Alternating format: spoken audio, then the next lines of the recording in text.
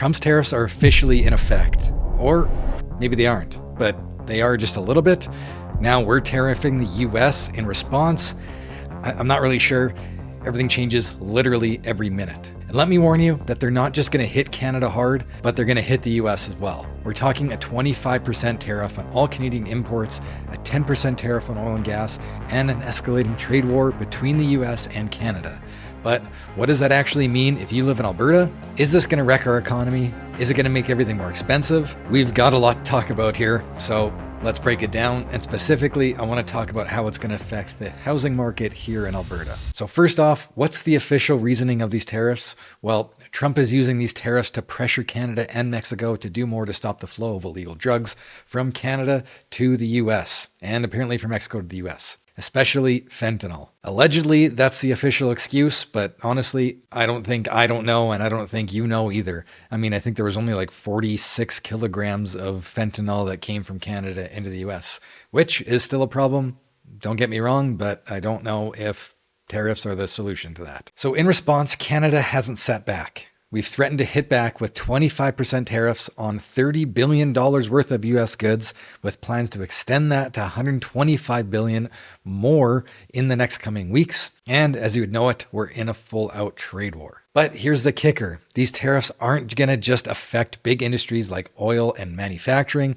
They're going to hit every single Albertan in some way, whether it's through these gas prices or grocery bills or even the cost of buying a home, which is what I want to talk about most. So let's get into the real impact. So first off is oil and gas. And Alberta's economy is highly dependent on oil exports to the US. So if this 10% tariff comes in and lowers the demand, it could be devastating to our economy. The Alberta government is now projecting a $5.2 billion deficit for 2025 and 2026, even though previously we were expecting a surplus this year. And that's a huge swing, which could mean more cuts to services, could mean tax hikes, or just more economic uncertainty. Although I just had a meeting with the local real estate board here in Lethbridge, Alberta, where the Canadian Real Estate Association came in to share some interesting facts and some forecasts as to what they thought are going to impact the housing market here in Canada and Alberta specifically because of these tariffs. And the interesting thing here is that the US needs to buy our oil.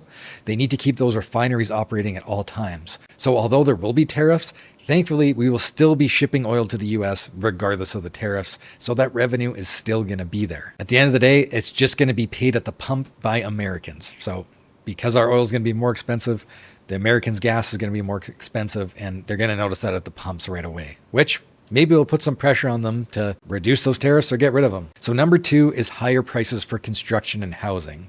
So right now, we are in a trade war with the US, and that means construction materials are going to get more expensive. Things like lumber, steel, and electrical components all have the possibility of being more expensive. So much of that stuff comes from the US, and with 25% tariffs, those costs are likely going to go up. So if you're thinking about building a home in Alberta, expect prices to increase. Although I did speak to a builder here locally, and they didn't really seem too concerned, as many of the products that they do use in the houses are Canadian products already. But we will see, and I'll kind of get into that in the next point. So point number three is inflation and the cost of living. And we've already been dealing with high inflation, but this could push things even higher.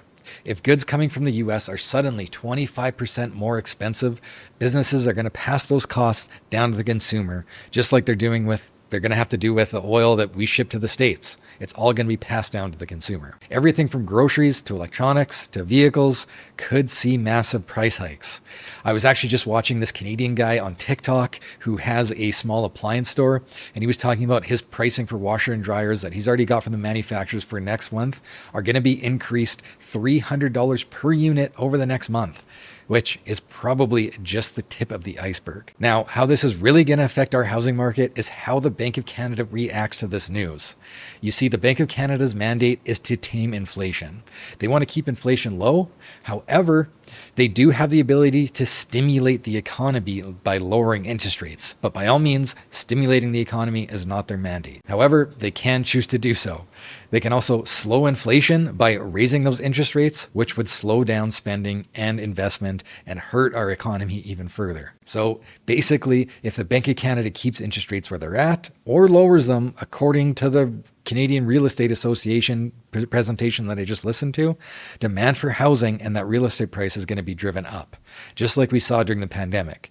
But if the Bank of Canada raises those interest rates to fight inflation, that could actually tank our housing market here in Alberta and, of course, across Canada. But I don't want to sound too doom and gloom here, so just stay with me for one more second. But as of today, the Bank of Canada actually reduced the Bank of Canada's interest rate by 25 basis points.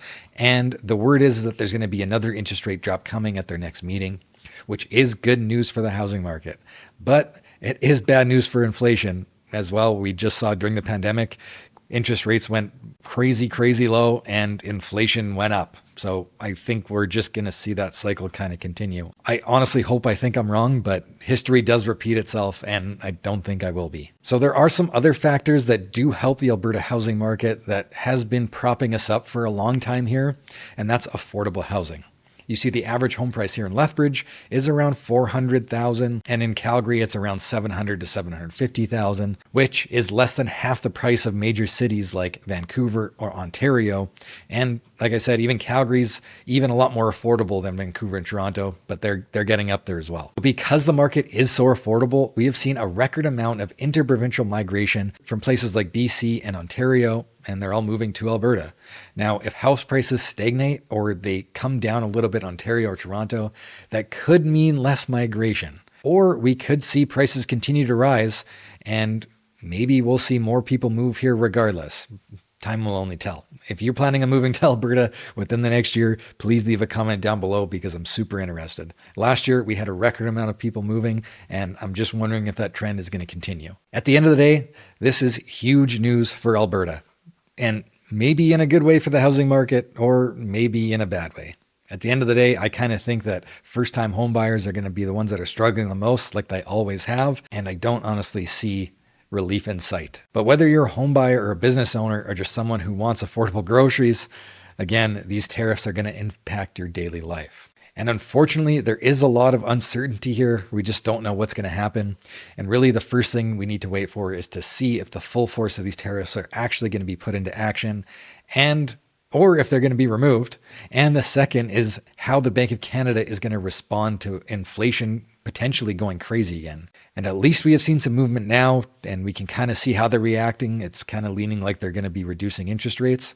But of course, time will only tell if that happens. So my question to you is, what do you think is going to happen to our housing market if these tariffs get put in full effect? I'd love to hear what you guys think down in the comments below. Thank you guys so much for watching. And if you guys want to see more videos like this, there's a whole playlist right here. Or if you guys never want to miss another one, be sure to hit that subscribe, and I'll see you on the next one.